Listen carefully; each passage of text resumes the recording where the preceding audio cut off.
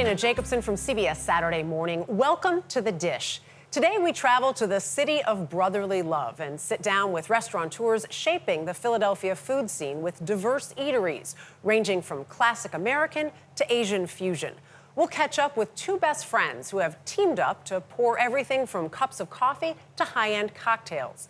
Then we head to the city's center, where a couple has taken a once-beloved downtown restaurant and transformed it into a James Beard award-winning dining destination.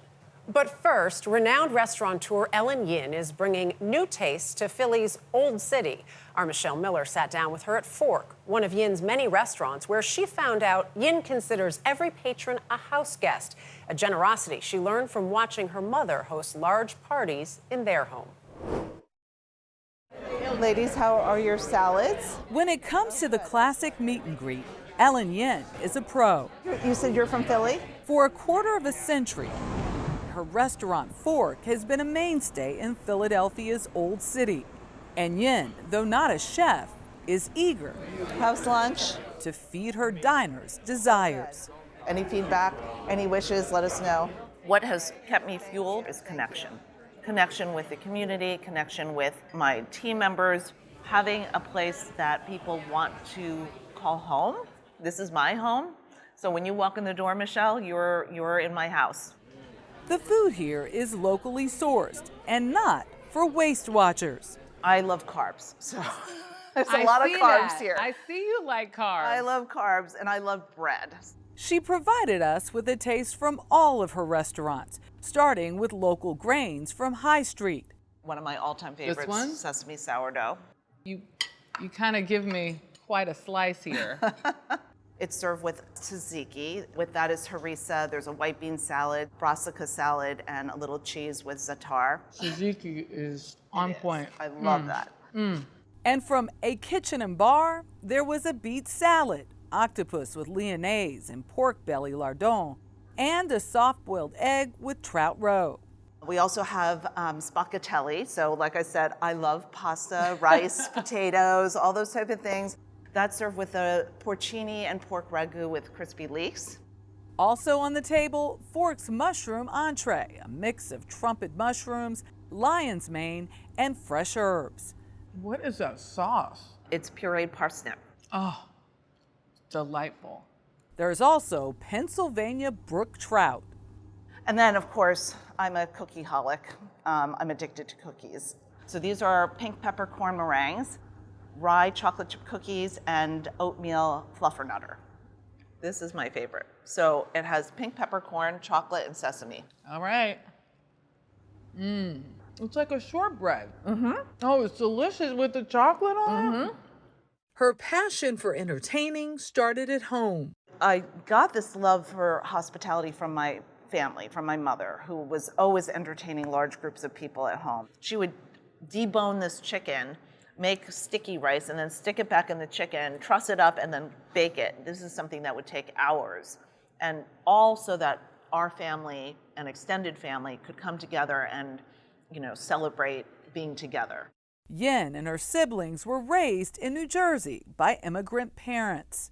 What was growing up as a Jersey girl? A Jersey girl. An Asian American Jersey girl. When I grew up in New Jersey, I grew up in a small little town in Monmouth County. There were very few Asians in our community. I just always struggled with feeling like I belonged in school. Well, thank you so much for coming in and enjoy your lunch. And that feeling stayed with her later in life. How was lunch? I never really looked at myself as an Asian woman in the mirror. Of course, when I look in the mirror, I see myself as Chinese. But I never thought about all the things that it takes to create your identity and your story and how all the things that you experience in your life become part of you. She decided to pursue hospitality after working at a local restaurant in high school. But her parents had different ideas. Well, my father's dream was for me to become an engineer, and he was so disappointed when I failed physics in high school. You failed physics? I didn't fail, but I got a C. I That did was too. not, yeah, I was not good at I physics. wasn't either. I just couldn't understand it. But my father couldn't understand why I did not understand physics, and he felt it was a personal affront to him that I couldn't grasp the concept of of gravity. Still, her father, an engineer at Bell Labs, pushed her to the University of Pennsylvania. She thought an MBA in healthcare management might be a bridge between her heart and a corporate career. I could just never find it.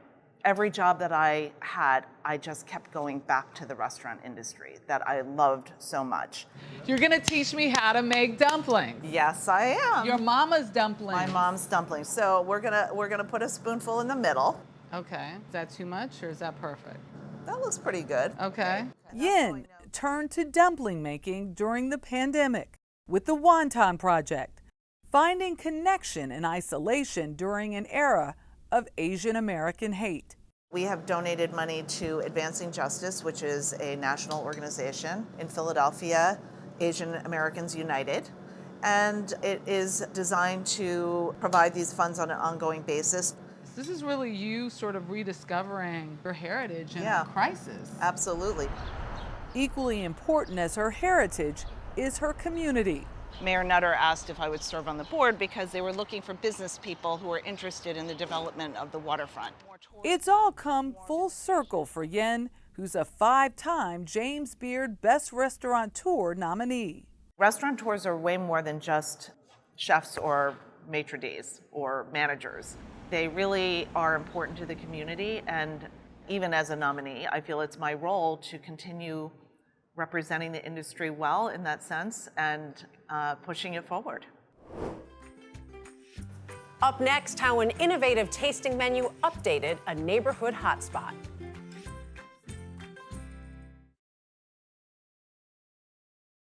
Nestled in Philadelphia's Rittenhouse Square sits the restaurant Friday, Saturday, Sunday, a neighborhood favorite for more than 40 years. Chad and Hannah Williams bought the space in 2015 and reimagined it by changing everything but the name. Michelle Miller sat down with the husband-wife duo to learn how they created a James Beard Award winner. Firing 4 sweetbread, 1 is the celery root. He's a Philly born and raised chef. Gnocchi with truffles, bar 2-3. She's a former waitress, now manager. Crispy sweetbreads with a mushroom and plantain ragu, egg yolk jam, and mushroom vin blanc. Together, Hannah and Chad Williams are the power couple behind Friday, Saturday, Sunday, one of the city's longest running restaurants. How does the partnership work? It's a collaborative effort. You know, ideas go back and forth between us. I jump into her area, she doesn't like it. She jumps into mine, I don't like it. But at the end of the day, it's somebody you really trust. That trust allowed them to have a difference of opinion when they first set foot inside the restaurant. I walked out, I was like, no way. I took the video and I laughed. And I was like, this isn't it. But Hannah saw things differently. Restaurant itself, like in its first iteration, kind of held significance for a lot of people. In its day, it was definitely known as like the most romantic restaurant in the city, and I think it needed some updating, certainly, but we wanted to put our own mark on it. And that's what they did. In 2014, the couple risked it all by buying it, gutting it, and with little to spare, got married in the kitchen. So is it true that the contractor you brought in actually married the two of you? He did. We planned the wedding and we were 8 months behind schedule with the restaurant, trying to find every dollar possible to get open. And we put on our suits, came down, there were construction workers here, and we kicked everybody out. For more than 4 decades, Friday, Saturday, Sunday has been a staple in Philly. This neighborhood looks pretty old. It's Rittenhouse, Philadelphia, one of the oldest neighborhoods here and one of the wealthiest. As you can see, like the architecture just really gives the neighborhood such a great feel. So not a bad spot to be in. No, we have some great regulars, I'll say that. Those regulars had a hard time when the couple changed everything but the name. She got cursed out of the door a couple times. I mean, people walk out crying. They had attachments. It took folks a little bit of time to get used to us. Change is hard, and especially when you're keeping the name, people then assume that, okay, new ownership is coming in, and we're going to be able to go back and have that cream of mushroom soup we've been having for 40 years, and when they can't get that, people get upset. Change is hard. One of the biggest changes came during the pandemic, when they had to pivot to a tasting menu. So our first course here is a tuna tart. You could open at 25% capacity. I mean, look around, 25% capacity for us was 4 tables. We had to make a decision to do something that we could potentially try to make a living at. Charcoal grilled quail. When food hits your table, it's not the same bite from the first to the last. And a lot of that magic happens in that 3-4 minutes. I got to taste some of that magic, starting with ember tomatoes served with corn pudding and corn butter. Yeah, so they're grilled really, really lightly, so you get that smoky aroma. Yeah. And then the fresh, really like aromatic corn And the roe really pops. You get the pops, little right? Pops. Yeah, yeah. wow. Next was the beet annolati with buttermilk sauce and grilled blackberries. A little sweet, a little earthiness from the beets. So that one hits kind of all the notes there. Oh my goodness. It's really good. Also part of the meal, roasted potato gnocchi, grilled quail, New York strip steak served with cabbage and oxtail. Then for dessert, Red summer fruit, goat's milk, tres leche, and roasted berry ice cream with a little fermented blackberry powder. So spring, summer, and fall, I would imagine, are just an It's the abundance best. And of it- seasonal delights. All the vegetables and fruits just really come at you so fast. It really brings like a certain energy to the kitchen. Tartare walking 8-9. the business of cooking was a left turn for Williams. When you think about your influences, how much did your home, cooking inside the home, impact you? Well, my mother would want me to say a ton, and the truth is no. We joke about it all the time. She didn't cook, she worked. She was a teacher, and so was my father. During his time at Howard University, Williams started working at a Caribbean restaurant and never looked back. Between my junior and senior year in school, I worked every day, 7 days a week. And I said, if I still like this, after like wasting the summer, you know, in this kitchen instead of out having fun, I'll do it.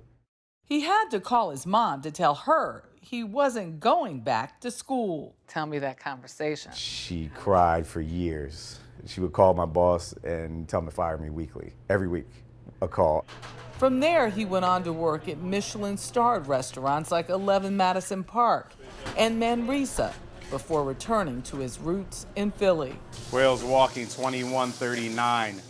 What did you learn there that you brought in here? It was always taste.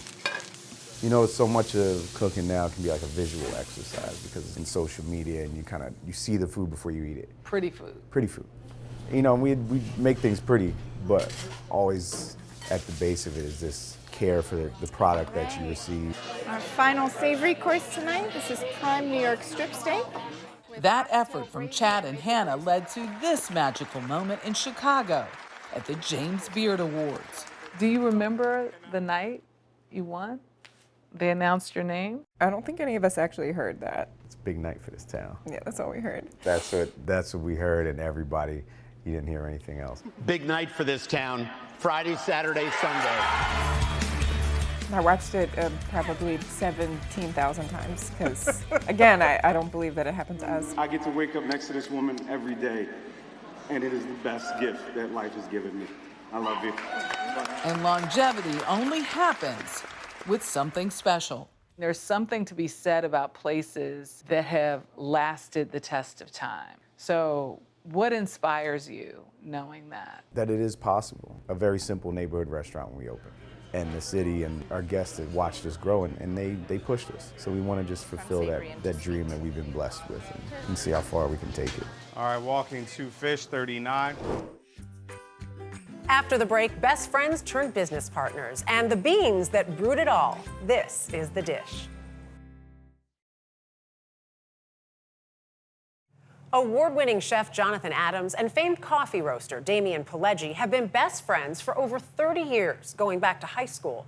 The duo's first business was a mobile cafe. Then they endeavored into cocktails, opening a French-themed bar. Michelle Miller has their story of business and brotherhood. You gonna do it? You do it. You do it. No, you You're do good. it. You're good. I'll set you up.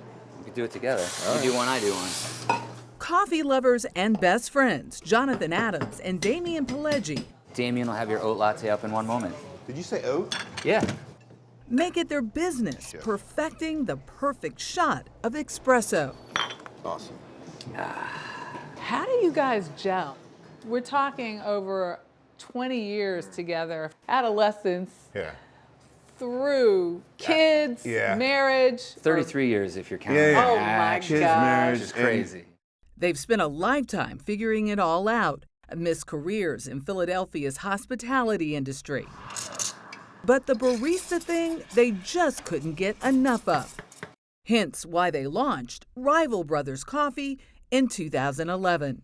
It actually wasn't until after high school where we really started hanging out. We both gravitated towards hospitality and restaurants, and then ever since then, we've been finishing each other's sentences here and there.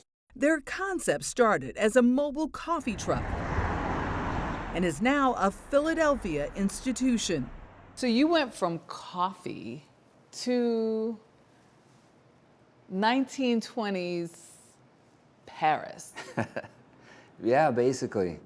Their latest project, Innswell, a high-end cocktail bar located in the Terrain, an historic hotel building near Rittenhouse Square, with a swanky French-inspired interior. Here, Adams is at the front of the house. Hands, please. Taking a back seat to executive chef Andy Farley.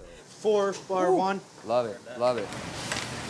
Who serves up dishes that are far more fortifying than what an average bar menu might provide. What do we have here? That's a full meal. That is a full dinner. So that's a blue cheese dry-aged New York strip, cooked sous vide, then finished over Japanese charcoal with glazed carrots and potato puree and sauce bordelaise.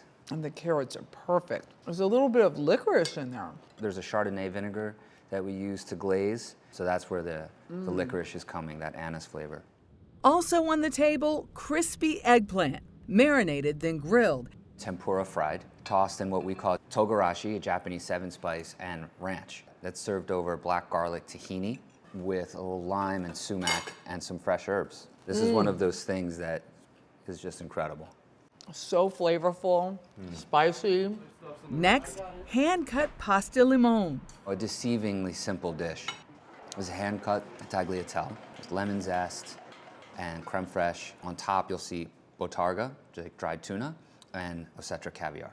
Why is it deceiving? Because it looks really simple. When you glance at it, it just looks like buttered noodles, right? Right. But there's actually a lot.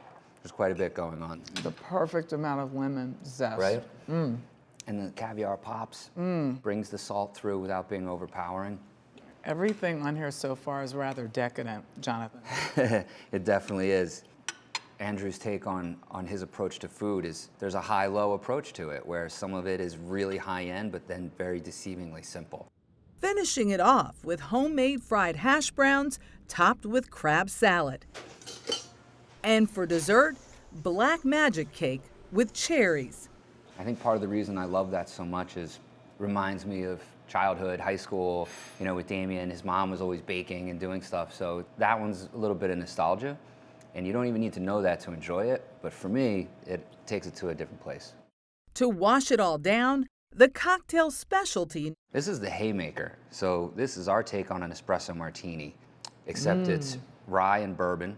We make our own orgeat, which is an almond liqueur, and then it's topped with vanilla cream and instant coffee. The journey here has been 25 years in the making, since he gave up his first coffee gig in college in search of something bigger. After doing coffee at Starbucks for like 3 years, kind of needed a change, and a friend of mine said, well, we need a busboy at this restaurant in Philly. I was like, okay.